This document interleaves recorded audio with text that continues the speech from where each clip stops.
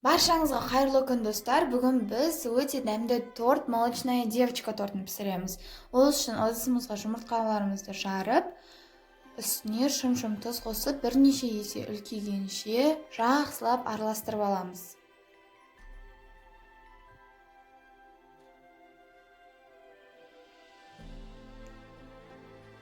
Жұмыртқаларымыз жақсы көтеріліп ағарған кезде үстіне қойытылған сүт, яғни сгущенка қосамыз. Ал енді үстіне еленген ұн мен разрыхлительді қосып, миксердің ең жай жылдамдығында араластырамыз.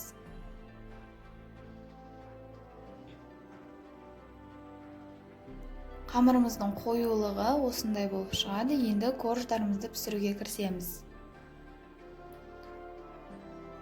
Диаметрін 24 см қылып пісіремін мен. Ал енді коржымызды қасықтап салып, жайып шығамыз. Жайылған коржға мен 3 қасық қамыр құйдым. 180 градуста барлығын жақсылап пісіріп аламыз. Менде шамамен 8 корж шықты. Ал енді кремін дайындаймыз. Творожный сырға сахарная пудра қосып, бір келкі болғанша жақсылап араластырамыз.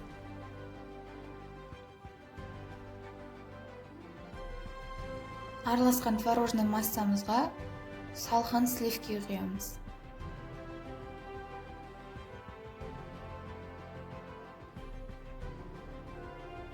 Креміміз дайын болды.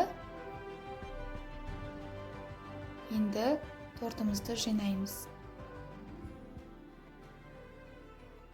Креміміз өте воздушный, әдем болып тұр. Тарелкамызға кішкене тортымыз жылжымау үшін астына жағамыз. Енді корж, крем қылып кольцоның ішінде жинаймыз.